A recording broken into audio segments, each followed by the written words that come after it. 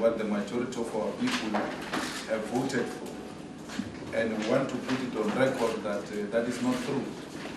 We are on record accepting the results of 2014 and 2016.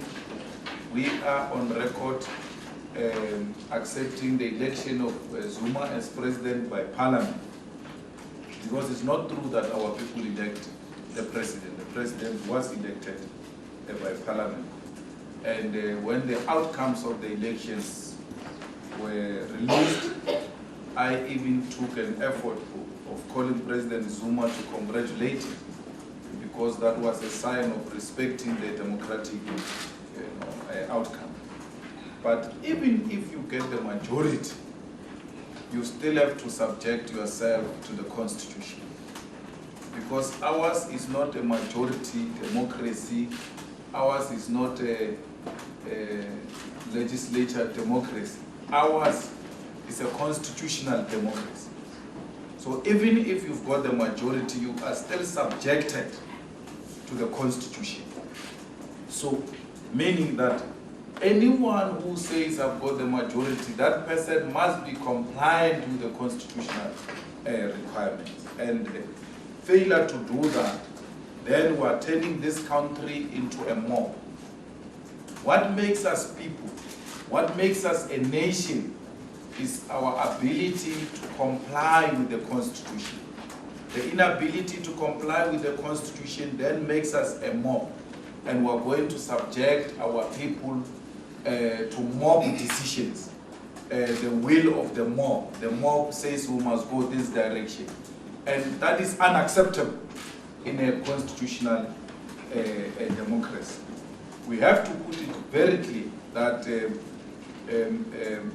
anyone who violates the directive of the Constitutional Court, that person is violating the Constitution and therefore rendering constitutional democracy useless. And we are not going to be party to that. There are two things that makes a person to be a president. You don't require a matric to be a president, as you can see today. We have a matricless president. You don't even require a simple junior degree. There are two things you must have for you to be a president. You must be faithful to the republic, and you must obey the Constitution. And the president then breached those two, and therefore is no longer qualified to be called a president of the Republic of South Africa. And that oath of office, the way it is so important, there is a special day where people get convened throughout South Africa to gather at the south lawns of the Union Building, where a president on that day will specially take an oath of office. That's how important it is. Everything stops. And if Zuma had refused to take an oath of office, he was not going to be president. If you refuse to accept that oath of office, you can't be president. That's why there is a special day for it. That's how important it is. Now, having taken an effort to organize such a special day to accept an oath of office, a person goes and breaches that which makes him occupy that office. So he throws away the key which gives him access to that office. And that key is the oath of office. Without that, you will not have access to that office. What type of a country we become which accept a person to break the door and occupy that office illegally, even when he doesn't have the key to that office? We are a country which is constituted by cowards who have accepted that a person who has compromised the oath of office can continue to occupy the office. And those that say we must adhere to the Constitution, we must adhere to the oath of office, are called names and are called disruptors by those who have become comfortable with criminals occupying the highest office even when they've disregarded the oath of office. So we don't have to be in majority. We don't have to be many to tell what is right. Only history will judge us. Today, people who break the rules of parliament, they get beaten up, they get chased out of their house, to an extent that the Cape Town court has actually given those people a go-ahead to do what they are doing there.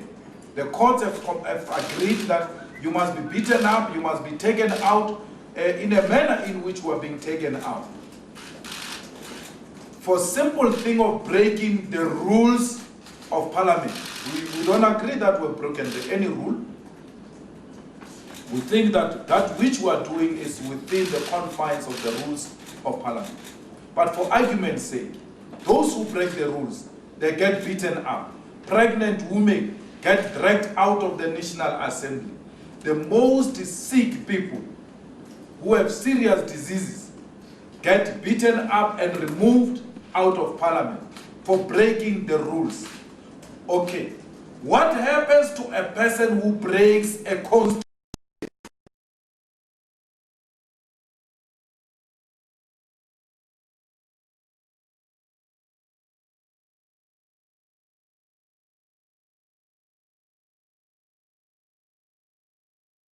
Constitution, because these rules are nothing but a subject of the Constitution. That is the question South Africans must ask themselves. No, they must be taken out. They are breaking the rules of parliament. But what happens to the one that breaks the highest law of the land, the Constitution? And it is not me and you who have said he has done that. The highest court said he has done that. Sober judges have said he has breached his oath of office and therefore violated the Constitution. What happens to that? You are so prepared to protect an individual that has breached his oath of office and the Constitution, and then beat up those who are exposing that and remove them from parliament and leave the crook to stay in parliament and to continue to violate the Constitution. And you don't only do that, you do that also by violating the Constitution. You bring in police in white shirts. They masquerade there as a parliamentary protection services. We captured them, they were in baggies of the police when they got dropped. There is a guy who comes from VIP protection unit, Mapumulo. Mapumulo, we have sent a picture of Mapumulo to IPIT. He's in white, he's in the VIP protection unit, pushing members of parliament out of parliament against the constitutional court decision that says police are not allowed. Parliament continuing to violate the Constitution. And every South African is happy, every South African is celebrating that and condemning those who are saying this is wrong. Those who are saying this is wrong get condemned, they are disruptive, they are disrespectful. You are so comfortable to live with a lie and you are so scared of the truth. The truth remains the truth. It doesn't matter how it is told. It is the truth. The man has violated the Constitution. Parliament did not do anything. In the same way he was violating the Constitution when he undermined the public protector, Parliament didn't do anything. Parliament was supposed to take him through an inquiry or through some impeachment processes after the Constitutional Court. Still, Parliament didn't do anything. Parliament was told by the court, don't bring the police into the assembly. Parliament brings police into the assembly in direct violation of the Constitution. What constitutional democracy are you talking about? What constitution are you talking about? Who abides by that Constitution if Parliament, which is supposed to be a custodian, a protector of this Constitution, is in a permanent violation of the Constitution? So all of that gets to happen here in South Africa. There is no protest tomorrow. The highest protest you can have is Twitter. Hey, this is wrong. And then go from there, go and sleep. How can you have a country like that? How can you have a country where people are so comfortable with such things? Have we given up and surrendered our freedom into the hands of politicians? They must do as they wish because we as citizens, we are powerless. South Africans will have to take a stand. When we say to Parliament and to South Africans, these presiding officers are biased. These presiding officers are partisan. They think we attack women. Feminists say no, EFF males attack women. But Zuma is not a woman, we attack him. And presiding officers, we don't care whether the female is sitting there or a male, we still attack them if they're not compliant with the rules and the constitution. Listen to what presiding officers do. They say parliamentary protection services is injured, is receiving medical care and counseling. They've never said that about members of parliament who are beaten up, traumatized, hospitalized, admitted. They've never organized trauma counseling for them. They've never organized any medical care for them. Why? Because they are not members of the ANC. Members of parliament, in the eyes of those presiding officers, is members of the ANC. The rest of us are animals who deserve to die. And when we stood up to tell Baleka that you must protect all of us, we must enjoy protection from you as a speaker, as members of parliament. The so-called feminists say, no, they are attacking women. What is attacking women about that when you ask for protection from a presiding officer who is more bothered about the protection services than members of parliament who enjoy certain privileges, and such privileges have been waived in protection services which don't enjoy any privileges from the act of parliament. So they do that because they are partisan, they are irrational, they are not reasonable, and they do not care. So we are now taking the matter to court to have Baleka compelled by court to discipline Zuma. Because the Constitutional Court was not going to say to us, discipline Zuma or remove Zuma. They just said to us, yes, done wrong things. What happens next is for Parliament to institute impeachment process or disciplinary action to take further the decision of the Constitutional Court. The Constitutional Court can say this person acted unconstitutional and it ends there. Nothing happens.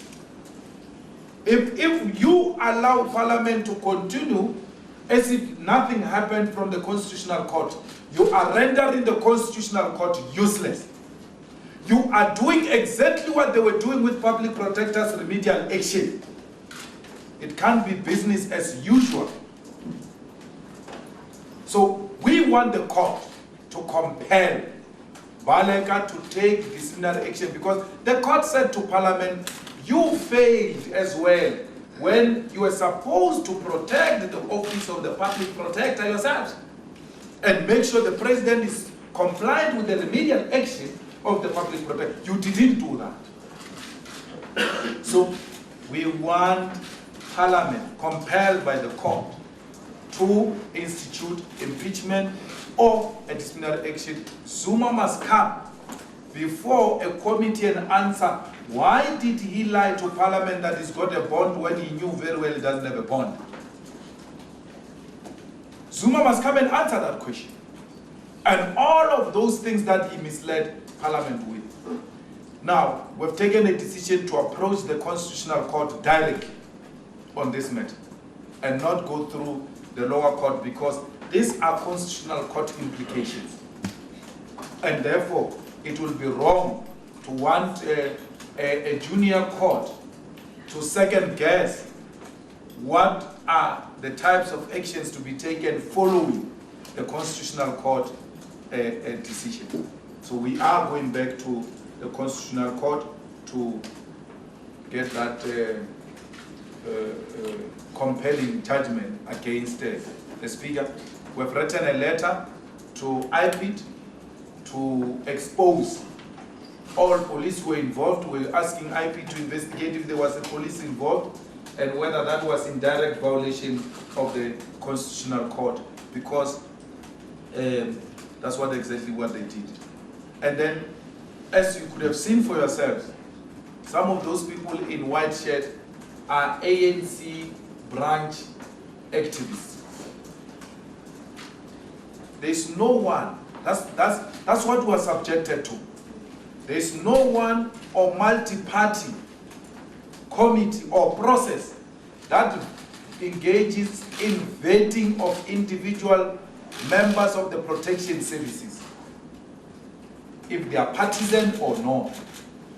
As a result, the ANC goes and recruits chairpersons and secretaries of their branches who are not going to be reasonable in executing the illegal instruction of the presiding officers. The lady who was beating us up there is an ANC activist.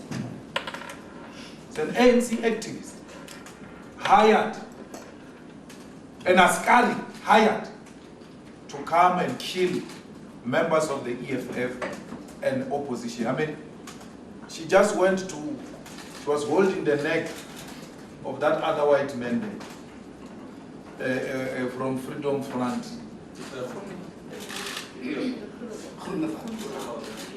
And there was never an instruction for that man to be removed. I don't know why the white man was being manhandled there in fact. You can see it's an ANC hatred. So anything that is opposition, a protection service member is prepared to attack. You don't have to be told yourselves on how journalists were treated. We protected you. Members of the EFF protected you. I know Commissar Tebogo, our whip in the NCOP, had to fight a policeman who was harassing a journalist and say, leave this person to do their work. When they closed you down in the old assembly, they closed the gate and not allowing you to enter. We had to go and pull the gate and then push police away to allow you to enter Parliament. At the beginning, for sure, some of you were even happy that it's EFF members. Now it's visiting you. In the same way, it will visit all South Africans who are so happy to tweet about it and do nothing about it. Now, somebody was saying, no, maybe this EFF strategy is tired. People are going to be tired. Hey, this is the same strategy that removed the ANC in Johannesburg and in Sona and in PE, where people saw the ANC for what it is. The ANC is going to lose Gauteng. And they must blame that again on Zuma. Because their inability to remove Zuma and discipline Zuma is eating on their votes. And in 2019, they must know that the EFF, when it comes to coalition politics, it will remember those beatings they were doing in Parliament. In the same way we remembered those beatings when we were constituting Johannesburg, Tshwane, and Nelson Mandela. And people tell us we are sellouts. Sellouts were for what? To vote for people who are beating us up, pulling us by our private parts, enjoying them nicely in Parliament. Those are the people who must vote for. People who, that's torture. People who are torturing us. You say we must vote with them to bring them into power. We will remember those days every time we take a very decisive decisions on how we constitute government. All of that. Mashatile must know that in the negotiations in 2019, those videos of our members being beaten up, females being dragged out of parliament, screaming like kids. They will be played again for him to hear and tell us if he was in our position, what will he do? Gauteng is gone. They must know that. There is no any other chance of the ANC taking this province again. So that's how every time they act in parliament, they decide the future of the ANC. If they think by keeping Zuma it enhances their votes, let them continue to keep him. Let them vote for his wife. Let them keep Zuma until 2019 elections. Let them use Zuma again in 2019 to campaign for them. The people will remember them. That this ANC is the one that kept a crook in office for a very long time, to a point where our country degenerated to unacceptable levels, where unemployment is high, where economy is not growing at an expected rate. So we are just saying to the people of South Africa, those who are not happy with us, you will thank us later. We are fighting for the protection of the Constitution. I want to salute those members of Parliament from the EFF side for being brave and for continuing to fight against an injustice. It takes special people to go and fight even when they know a battalion of soldiers, 441 soldiers, are around this building, ready to shoot and kill, because that's what they are trained for. With that understanding, the members of the EFF never retreated. They went on to fight against the advices of our parents that you had their soldiers, the best thing, don't go. We went because that's what we said to our voters, we'll go and do. We will fight corruption using all the necessary means available to us to defeat this corruption. And the members of the EFF have displayed exactly that fearless character. That's what we need in a fighter. You don't have to surrender and be intimidated by the ruling elite, which is stealing money from the public purse.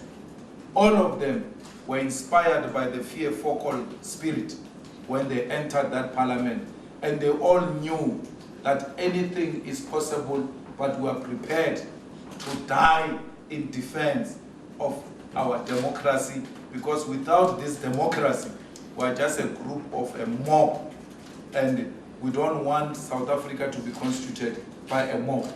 We want a nation, we want the people, not a mob. But without a constitution, we are a mob. And therefore, it is only gangsters that prevail when we become a mob. Thank you very much. Thank you, Mr. President. Okay, lovers, let's take hands. I'm opening for a round of hands for questions. I'm going to start with Aldrin. Number 1, Natasha, number 2, number 3, number 4, number 5. Please do repeat where you come from before you pose your question. Let's start with number 5. Yeah, my name is Baldwin Daba from Independent Newspapers. I just wanted to find out, except from the Mr. Makumolo that was identified, how many other people have you identified that are from the South African Police Service? Number 4. Julius Malema from eNCA. Just also on the people that you're saying were in the lady that you described as an askari hired to kill EFF members. Do you literally mean kill, or is it a manner of speaking? And what proof do you have that this person was hired to come and do this? And secondly, on your decision to not take part in the debate, do you not feel that you've lost out on an opportunity that you have used in previous years to make your points that you want to make about President Jacob Zuma and then leave afterwards, as we've seen in the past? Number 3. Yeah, Rich Poplak, Daily Maverick. Question, just 2 questions. One is further to that. Any more proof? Are we any closer to the biological weapons, the syringes or anything like that? Any photographic evidence? Number 2, there's definitely a little more exhaustion this year over the same sort of thing that's happened over the course of the past 3 years, I guess. Are you not nervous that this is going to hit you in the ballot box? How does this translate, I guess I'm asking, into a strategy on the ground? How do you build from here? How do you beat this exhaustion that really is hitting our democracy quite hard? Number 2. Natasha from the Business Day.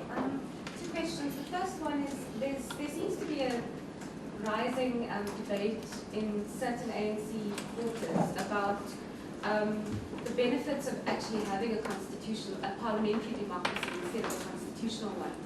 And it's been raised by, it was first raised by the Progressive Professionals Forum, and it's now been raised by the ANC Women's League. What are your thoughts on that? And the second question is about your approach to the Constitutional Court. Have you received legal advice on that? And are there not concerns of the separation of powers and of a violation of that if the court intervenes in order to discipline the president? Number 1. Alderman St-Pierre from SABC TV News. I'm going to start off from that question as well. If the court then makes a decision that President Jacob Zuma should be disciplined by the National Assembly, do you really think that that process will be credible, considering that last year already there was 2 motions of no confidence and nothing came from that? Is it the EFF's view that South Africa has hit a constitutional crisis?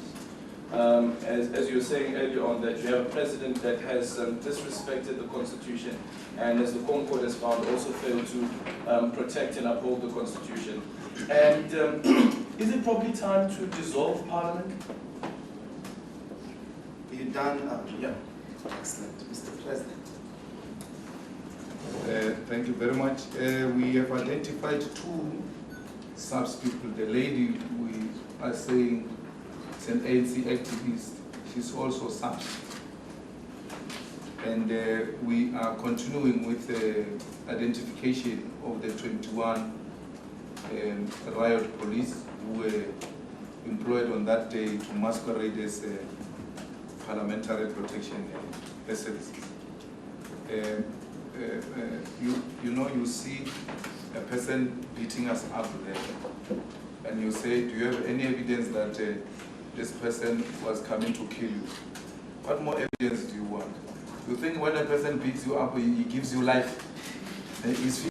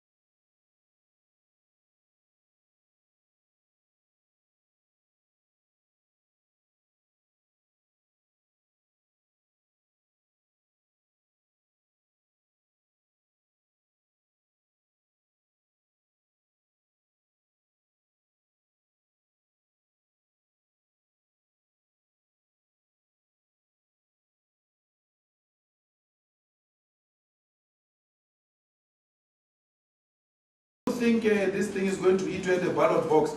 We increased, the DA declined, the ANC declined, and lost municipalities. With what is the ANC strategy? Is keep Zuma strategy. What is the EFF strategy? Remove Zuma. And then EFF got more than 100,000 votes. And then DA declined by almost 200,000, and the ANC by more than 3 million. And if you want to talk strict electoral politics, EFF increased by 1.2 million. Because EFF was not there in 2011. This was their first election. So if you say this strategy didn't work, it's going to hit you at the ballot. This strategy gave us 1.2 million votes in 2016. So the narrative that says this strategy is not working has actually been proven scientifically through the results of 2016. It's not emotion here. It's not emotion, it's science. There is a proof. We can provide it to you. It's available on the website. You can go and check it there. And we're going to intensify on this strategy, coupled with intensifying the building of branches as the year of the branch this year, in preparation of taking over Gauteng in 2019 and taking over South Africa. Well, parliamentary democracy doesn't come from the Women's League and professional Jimmy Money Stockfell. It's a Gupta thing. It says Gupta sponsored view, and it will not work in this country. Don't work. I can tell you now. The Women's League is bought, Shell. They bought it, you know. I still try to make sense of what happened, right? These people go and tell Balek that you are going to be a president. They tell her that. Then she goes and slaughter cows there. The mistake she committed, cows you slaughter after, not before. So she goes before to slaughter cows and call family and all that, and then announces that I'm going to stand for president, I've been approached, wara wara. No problem. Right? Boom, they change. They say they want Nkosazana as president. They don't go back to tell Baleka that there is a change of heart. Right? But I asked, because I know some of them, what changed between telling Baleka and choosing Nkosazana? What changed in between? Because they say, no, Baleka was discredited, the EFF had finished her, and then she was not going to be a sellable candidate. You know, but even that time you approached her, already everyone had seen the type of a person Baleka is, and therefore she doesn't qualify. There is no political justification from the Women's League why they changed from Baleka to Nkosazana. And the only logical explanation will be they were bought by the Guptas. They were bought by the Guptas because Nkosazana works with the Guptas. In the submission we made to Public Protector, we gave them evidence of Nkosazana frequenting the Gupta's house. Nkosazana went to accept the Gupta's money in full view of all of you. When she accepted that non-existing award, the person of the decade or the year or something like that. And then on top of that, they gave her money. And then she said, I'm going to give this money to charity and what, we are not sure. But how do you take corrupt money even to charity? How do you take proceeds of crime? Let's say she has taken the money to charity. How do you take knowingly the proceeds of crime to charity and want to tell us you are the best leader that can succeed Jacob Zuma? They just want to continue with the pattern of Gupta corruption. That's why she went to take that money. So the Women's League's change of heart is money. It's nothing that they must give. Okay, they must write a political document explaining why they moved from Baleka to Nkosazana politically. What changed? And the absence of reason can only be money. Can only be that they are bored to change from Baleka. Yo, what a terrible thing they did to Baleka.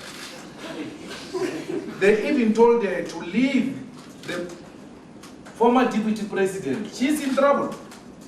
Former deputy president status, which was permanent with permanent salary and permanent protection, and said to her, go and be a speaker. Firstly, Zuma promised her that she's going to be deputy.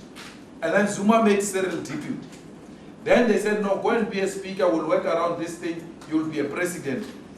And she raised a concern that what is going to happen to me with this protection and the permanent salary if I accept speakership? They said to her, no, you're going to come back at a more higher position as a president. She accepted speaker. By accepting speaker, she lost all those benefits of a former deputy president. And we're waiting for her, by the way, to finish in 2019. We want to see if there will be any protection following her. There will be trouble. We're not going to allow that. She's going home without protection, without permanent salary. She was misled by Zuma. She was used by Zuma. That's what we say when we talk about using. There's nothing that warrants feminists to say anything. Even ourselves as males, we say Zuma used us.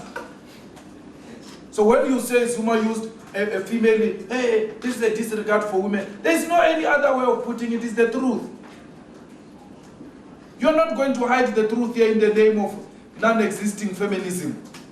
The truth must be told to everyone. If corruption is done by Nomvula, she must be told she's corrupt. There's no any other way of telling her. Don't use feminism to protect corrupt people. So, Baleka is in trouble. The biggest loser of them all is Baleka Mbete. She's gone, she's going, finished. There's nothing we can do to help her. A terrible mistake she has committed. That's why that day she didn't remove us quickly. She just said, hey, maybe they can help us with this thing. We don't have any way of dealing with it. Maybe the EFF can help us. That was unlike her. You must go and look at the previous videos and look at that one. It is of a person who's also tired of this man. She's tired.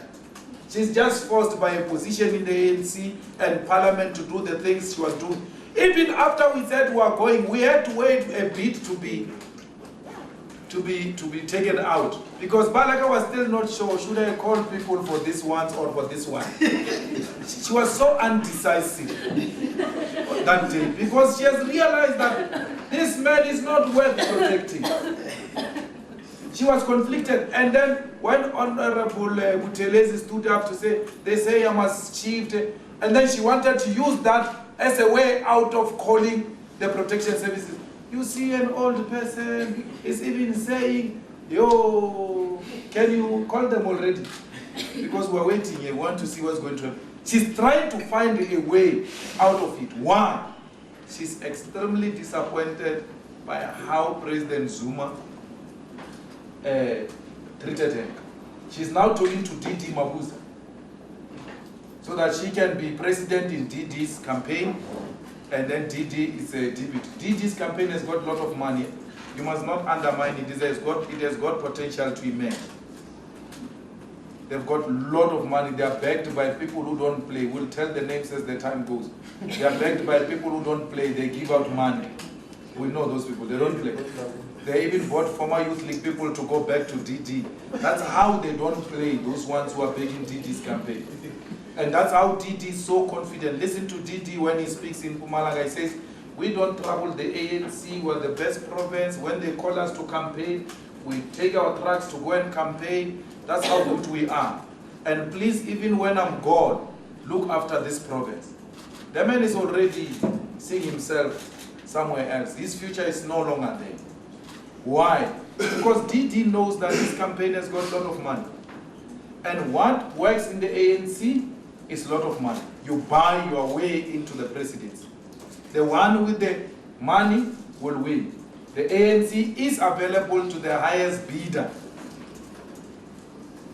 The ANC is available to the highest bidder. So the one with a lot of money, DD, the way he has organized himself in Mpumalanga, if he works very hard and then brings a solid Mpumalanga, solid without a dissent, Baleka will be president and Didi will be deputy.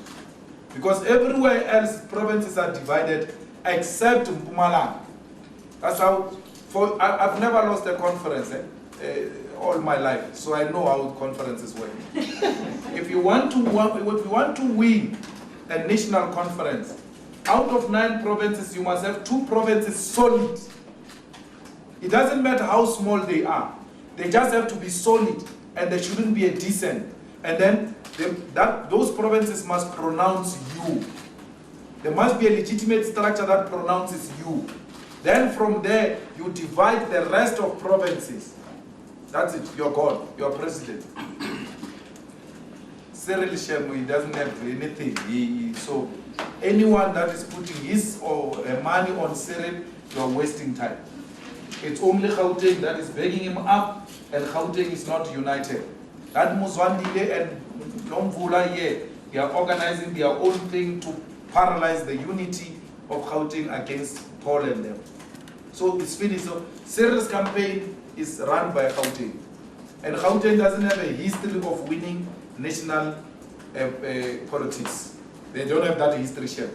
Because they all know too much. The other one doesn't listen to the other one, so there's no such a. So KZN is divided, and therefore Nkosazana's way to the presidency is not automatic. But what makes Nkosazana to be the front runner is because she was pronounced by a legitimate structure of the ANC called the Women's League. So anyone who wants to contest Nkosazana must defy the ANC nonsense called no debate on succession and pronounce their candidate. Because they say no pronunciation of candidates, yet they have pronounced and they run with it legitimately. Pam Chwete said, we are here in Eastern Cape to support our candidate, yet the so-called debate on candidate is suppressed.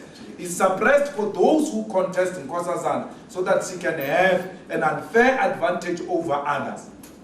By the time it gets open for everyone, Nkosazana is in the lead, she's in the lead, and all of them are running way behind her. So you want to win, one structure which is opposed to Nkosazana must legitimately pronounce in defiance of that so-called no succession debate and then run with their candidate. That's how they are going to emerge. That one was not EFF position. I was just playing my role as a political analyst. I was about to ask what your preference is. No, I don't care who wins. I mean, that whoever wins in the ANC will not be a president of South Africa. That you can be guaranteed. Because all of them are compromised. Cyril is compromised. Nkosazana is compromised. Baleka is compromised. So there is no clean candidate. If I had to choose, I would choose Malema. That is the only one who can take the ANC out of this crisis. And Malema said correctly so, the ANC must not recycle leadership. That's leadership. That's what makes Malema unique. That's what makes Malema something close to O.R. Tambo. Because he's not obsessed with it. He says, well, I've played my role, I've seen it all, and there are more younger people after me who can lead the ANC. That's leadership. That's what we call a leadership. And if I was there, I would have told them all of this mess. Malema can't save the ANC from losing the election, but he can start a process of re-energizing, reviving, and rebuilding of the ANC and reposition it as an organization of the people and not organization of factions and business interests. That's what Malema can do. He won't save it, but he can reorganize it. He can make it go, build from the ground to become what it used to be under Nelson Mandela and O.R. Tambo. Well, there's no interference by court when the court says you must discipline a person. The court said to the SABC, you go and constitute a disciplinary action against this chap. You go and remove this chap. So there's no interference, there is precedence to that effect. And Zuma is nothing but a citizen of South Africa. We are all equal before the law. So if the court can pronounce on Claudi, correctly so, the most useless individual, it can also comment on his father Zuma and say, Parliament has to hold President Zuma. They've got a nice language here in Parliament. They won't say it the way I'm saying it. They will say, Parliament must hold President Zuma accountable. And the best way they know as Parliament. And that is through constituting committees and all those type of things.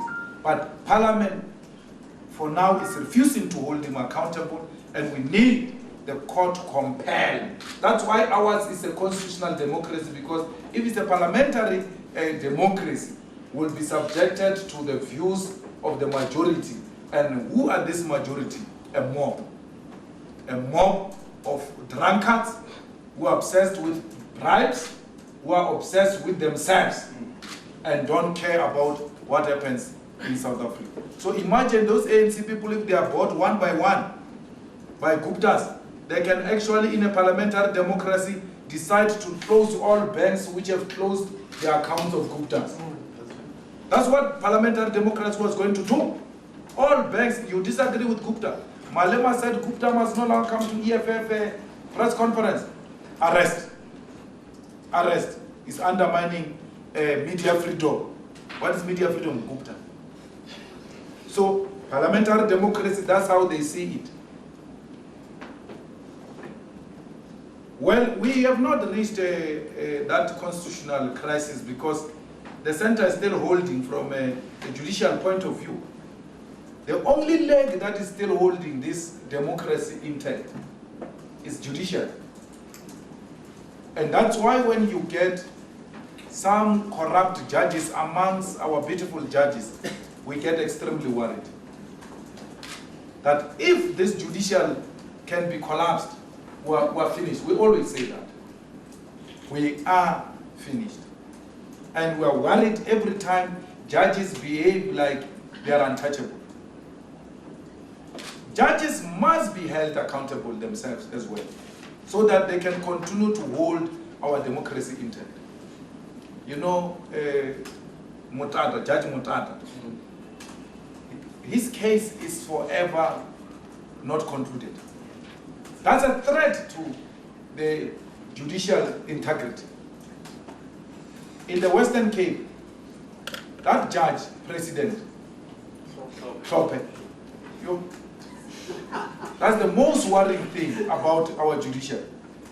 But you'll always get those, rotten potatoes, which want to spoil the whole bag. It's the EFF's job to remove these rotten potatoes. So we will do that even in the judiciary. Judiciary must never think that it is untouchable. Because if they have that attitude and mentality, then that is gangster mentality. That is a gangster mentality. So the courts must be held accountable. And we are happy with the work that the Chief Justice is doing. Trying by all means to hold the judiciary intact and to ensure that the judiciary is compliant with the Constitution. But I can tell you now, and I know that for a fact, the ANC is doing everything in its power to corrupt judiciary. The last time we were sitting in the Judicial Service Commission, they wanted to appoint Grinama Lindi into a court. Grinama Lindi is the disciplinary hearing prosecutor of the ANC. He sits there in the ANC Litulia House to prosecute people who are doing wrong in the ANC. They were fighting for him to be removed directly from Litulia House into a bench. And that confirmed to me that the ANC is doing everything in its power to infiltrate the bench. We fought against that and we succeeded. Because that is our job, to expose the ANC's intention to destroy the judiciary. There is that work. So when we say to you, judiciary is working, judiciary is still intact, tomorrow when we say there is a problem with this judiciary, don't say they are contradicting themselves. No! As we speak now, everything is well. But there are worrying tendencies by the ANC to try and infiltrate the judiciary and undermine the independence of the judiciary. And once they do that, we're gone, we're finished. Parliament must dissolve. If Parliament is unable to discipline Zuma, in the same way it was found to have failed to hold Zuma accountable when he defied the public protector's remedial action, then we must go to an early election. Because it means this Parliament has failed itself to comply with the Constitution. How do you hold others accountable when you yourself are not in compliance with the Constitution? In any democracy, a working democracy, Parliament would have dissolved and then called for an election, because that judgment by Constitutional Court is not a child's play. I can tell you now,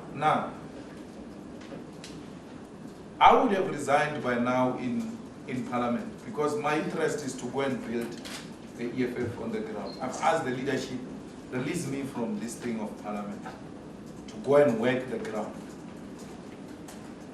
But my worry is that if we leave that Parliament, these people are going to do as they wish, and they won't be challenged. We want members of the EFF Parliament to spend most of their time on the ground building the structures of the EFF. But we cannot leave that Parliament, because the signs are clear that these people want to destroy this country. They've destroyed the functioning of Parliament, they destroyed the executive, they want to finish the judiciary. So we are there to guard against such tendencies. So we must focus on defending our democracy. And generations to come will thank us, because it can't be, guys, it can't be South Africa that after such a constitutional court ruling, you all don't see anything wrong. No. All right. I'm going to attempt the last round, and I'm cautioning everyone. They won't be the last. They are fine. Popular looks ambitious. Popular is fine. Are you fine? Fine. Okay, 1, 2, 3, going once, 4 and 5, 6, 7, closed, like 7 days in a week. Number 7. Samila Masaya from Japan. Mr. Malema, you mentioned that they dragged out somebody who's very sick in Parliament, and another woman who's also pregnant. Who's that very sick person with the disease that you're referring to? And who's the pregnant lady? And do you still consider leaving Parliament and being on the ground with the people and leaving the vice president of the EFF in Parliament? Thank you. Number 6. Thank you, T. Media from News 24. Just 2 very short questions that are a little bit not related to Parliament, but the love of South Africa, I suppose. What do you make of what's happening in Johannesburg? I've been looking at the ANC statements around Anthony Still and City Powers investigations. I just wanted to know if you've watched what's happening around there between the ANC and the DA, your opinion on that. And secondly, there seems to be tension brewing again between the ANC and the EFF around Rustenburg, around Marikana. I understand an EFF activist has been in custody since like December. I just wanted to get your thoughts on that as well. Thank you. Number 5. I wanted to ask you about this court application that we're on the Constitutional Court. I understand that, as you also indicated, that the Court was deliberately not explicit about, Zuma's unfitness for office. How do you think now it's going to be different when you are going to say it must compel Parliament to punish Zuma, or to do anything that is going to lead or result to his impeachment or disciplinary action against him? Because I'm sure, as everyone understands that the court may just raise a principle without necessarily saying anyone is unfit, you know, to hold office. But I answered this question. Yes. Can I add to that? Sorry, my question's added to that. I wanted clarity on that. Because you were saying that the court should say that Parliament is holding accountable. And do you not need the court to be more specific, to say that Parliament must take disciplinary action or Parliament must impeach him? Because like Sabine said, the Constitutional Court judgment didn't necessarily say, he broke his oath of office. It said he violates the Constitution in the way he handled the report. We have obviously, because breaking the Constitution violates the Constitution is violent, you know, it's a principle. But don't you need them to be very specific? And don't you need to ask them to be specific when making a ruling on this? Okay, Chief. Thanks. CIC, two questions. Will Praveen deliver his budget? Where are you from? My name is Moses from the Inner City Gazette. Inner City? Gazette. Will, just from you with what you've told us about what's happening in the ANC, yes or no, will Praveen give us the budget speech next month? And number two, was the EFF in Johannesburg consulted on the reshuffle that Pierre Mashaba did today? Aldrin Simpia again from SABC TV News. With regards to the EFF's participation in Parliament where the President is involved, what happens in cases where bills are being debated and then passed and they're being voted and eventually it is the President who has the final say on assenting the bill or not? Where does the EFF stand with regards to that? And then the final question is on Metemahulu. What's the status What's the question again? The first one? It is when the EFF says it will not be participating when the President is involved, right? There's let's say the Q&A, for instance. You will not be part of the debate. Or wherever the President will be part of the debate, of debates within Parliament. And my question then is, when you have a situation where a bill is being debated in Parliament and eventually it's being voted on and the bill is then passed and sent to the President, where's the final say on assenting the bill? Where does the EFF stand with that? Because the EFF has already made a conclusion that President Jacob Zuma is illegitimate. He's an illegitimate president. Where does the EFF then stand with regards to participation in Parliament where bills are involved? And then the final question is with regards to Metemahulu. What's the status with regards to that? President, did you raise your hand? Yes. Oh, excellent. She disrupted you, yeah. Hi, sure. Ms. Malema, I just wanted to find out with regards to all of my colleagues now asking about the home councils.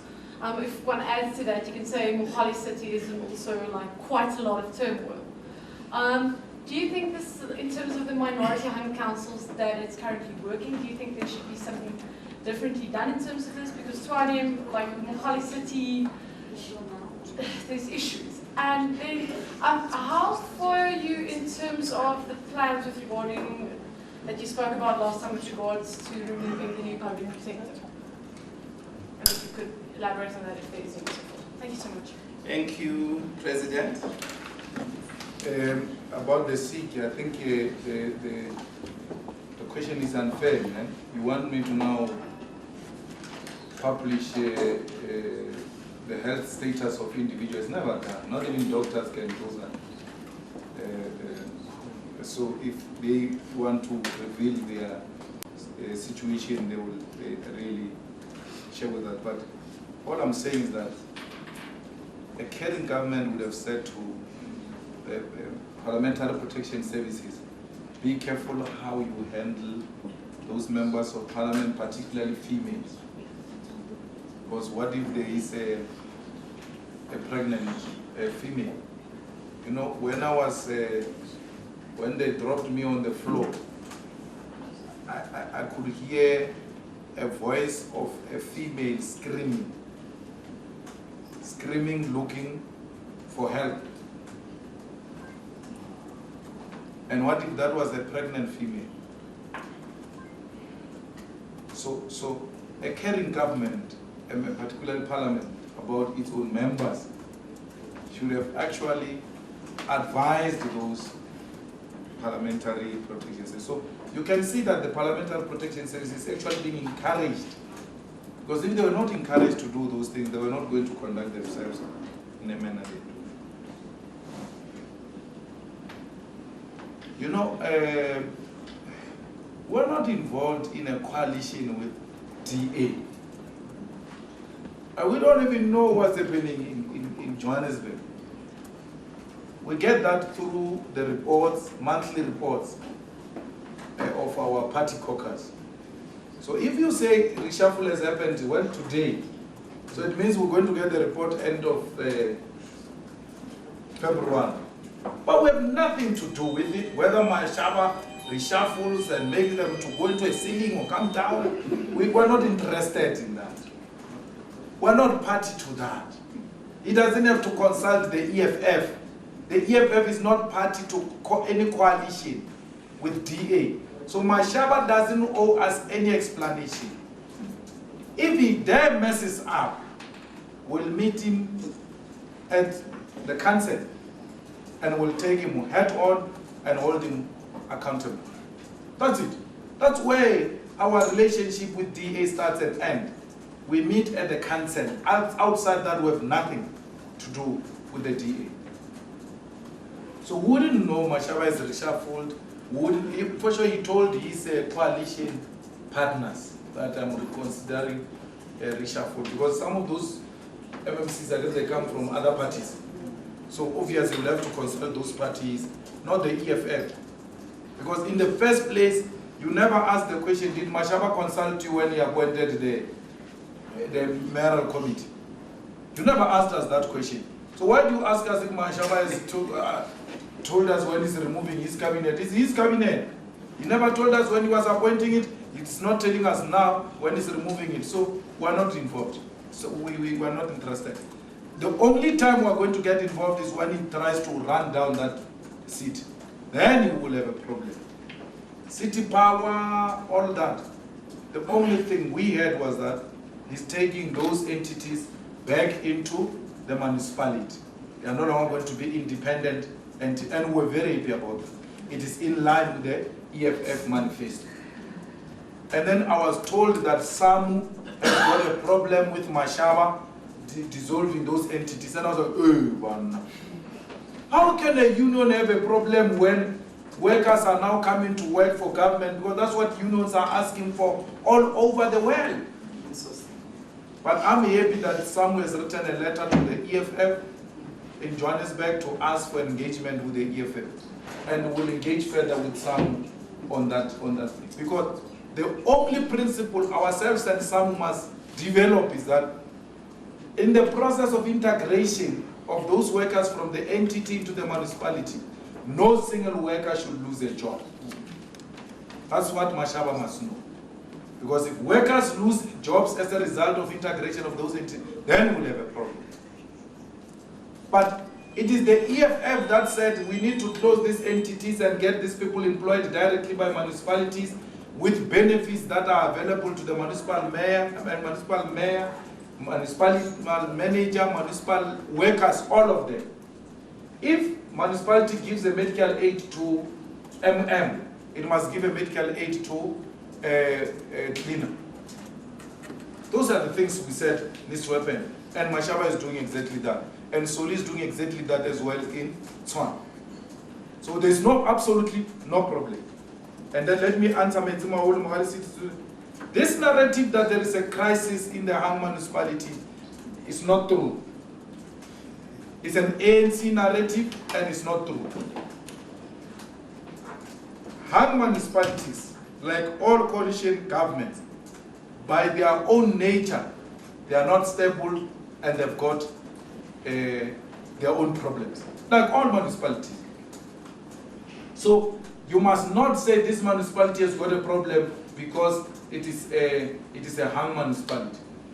There are municipalities where they are not hung, they are not delivering services to our people. So it's not true. That narrative is wrong. A mayor resigned in Mohali City, a mayor was nicely replaced. In PE, the ANC said it's going to pass a motion of no confidence because they are permanent cowards. When they arrived at the door of the council, they retreated. So what is the problem? There's no problem. Anyway, there's no problem. There is a Hang municipality in Tabazimbi, there's no problem. There's a Hang municipality in Mudimole, there's no problem. You even mentioned Twani. There's no problem in Tshwane that I know of. There's absolutely no problem. The problem is service delivery. Soli and Mashaba must move beyond the rhetoric of anti-corruption into tangible program of action where they deliver services to our people. It doesn't mean we don't appreciate the work they are doing on anti-corruption. I want Mashaba to move from license department from dealing with officials to go into the Metro Police. The corruption at Metro Police level on the streets there. Mashaba must attack. We want that. You know, I was caught several times in Cape Town by Metro Police. I wish to live a day where a Metro Police will ask for a cold drink from me in Cape Town. I don't care if it's DA, but that's South Africa, man. Where there are good things, we must appreciate them. I've never been asked a cold drink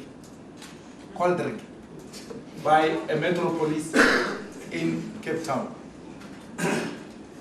Half the time, speed and all those things. How are you, Chief? I want to show my face. Maybe this guy doesn't see me properly. Hey, how are you?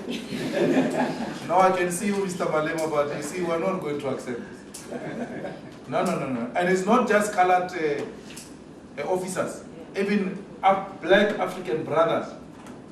Discipline we see there. It's a discipline we wish for in Tshwane and Johannesburg. Our people are dying on the roads here because of drunkards. Our people are dying on the roads here because of people who don't have licenses. Our people are dying on the roads here because of people who can't control their speed. Yet, people are so prepared to take cold drink in exchange for the life of our people who are on the road. They can hate me for that, but it's the truth. Yeah. We must not accept corruption, even when it's practiced by junior officials. So the job Mashaba is doing there, you can't organize a march against a man who's rooting out corruption. No, some can't do that. Mashaba, in rooting out corruption, must not undermine a constitutional principle that says they are all innocent until proven guilty. But the effort to root out corruption and subject our people to the rule of law is very important. We must not prejudge them. The due disciplinary processes must take place without bias. Workers must be listened to. Any worker found guilty of corruption must be dealt with decisively and report to law enforcement. We don't care whether they are black or white.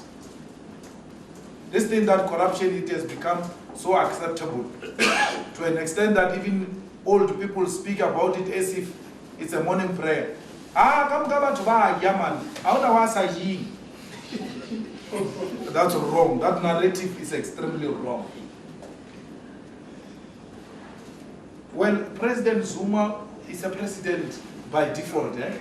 So we can't do anything. It's like asking us, oh, now that you say he's not a president, but he's staying in Matabandlov and the Union Building, what are you going to do? He's a president by default. Because they used their majority to undermine the constitution. And we participate in the bill's processes. We're now participating in the FICA bill, which he returned back. And we are participating and sending it back. Because he returned it back, the Guptas don't want it. We say to him, hey, you're going to sign. There's no problem. So we will participate, but listening to him and according him that status and standing ovations and praises, and we can't do that. Sorry, we are not part of that. Praveen will provide the budget speech. And if it's not Praveen, there will be a minister of finance to provide that. Let me tell you, and that's an advice I must give to Zuma. If he wants to fire Praveen, he must fire him and live with the consequences. He fired Praveen, And out of a coward action, he then removed and then removed and then put that cloud and then removed that cloud. He's a coward. He should have stood by his decision. This thing that every time we go to a bathroom, when you are about to enter the bathroom, you are told Praveen is being removed. Hey, what's happening? No, man. No. We can't be living with that trauma for the rest of our life. If he wants to fire him, let him fire him, man. And we are not going to agree with that. We are going to attack him, we are going to challenge him, but let him be a man enough. Let the ANC take a decision what they want to do with this country. This instability is creating problems for our country.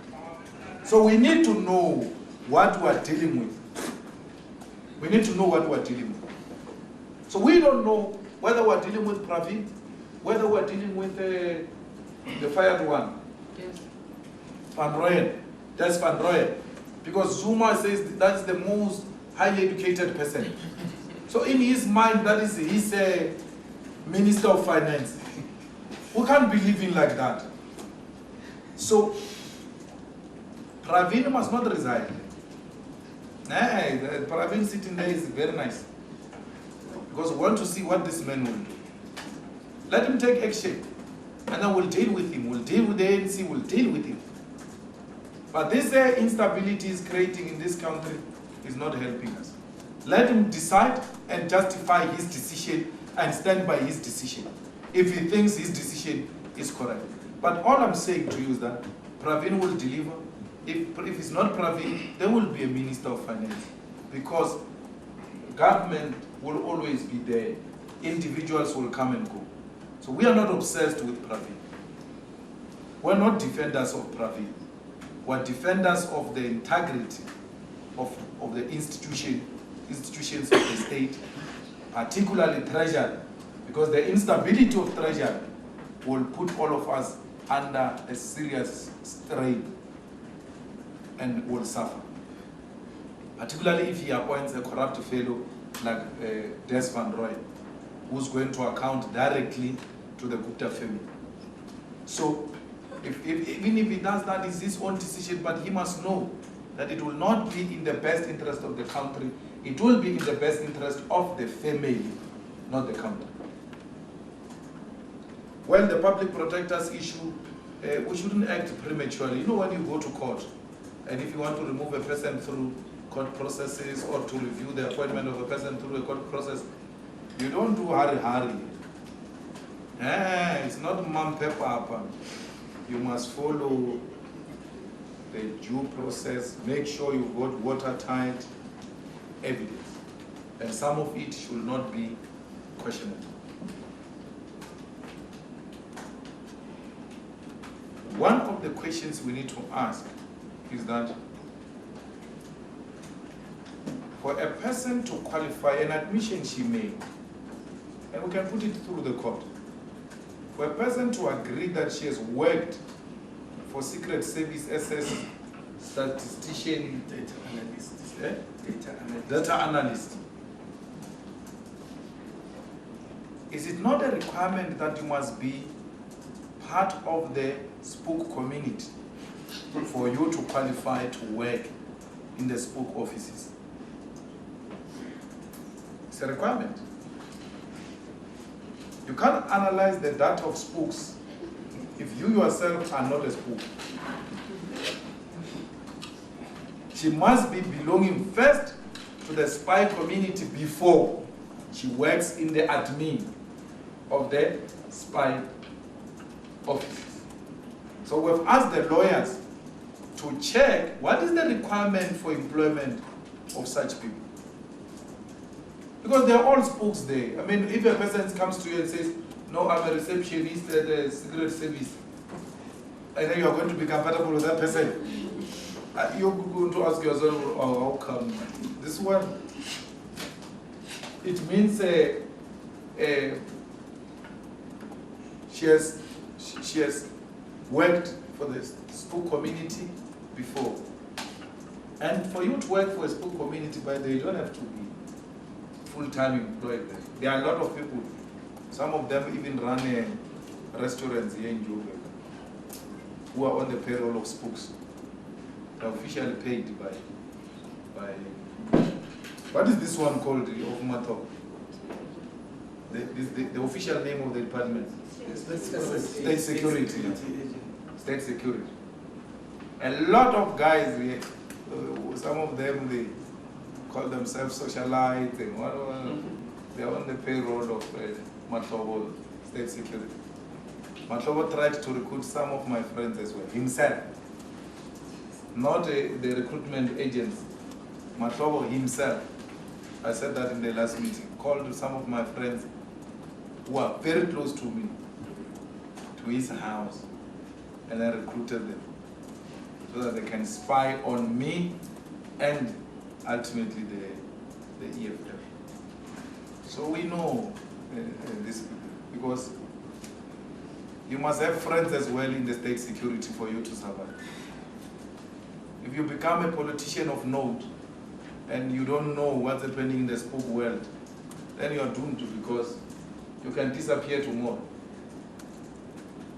From just drinking a simple water from the enemy, water, served in a hotel by a waiter or waitress.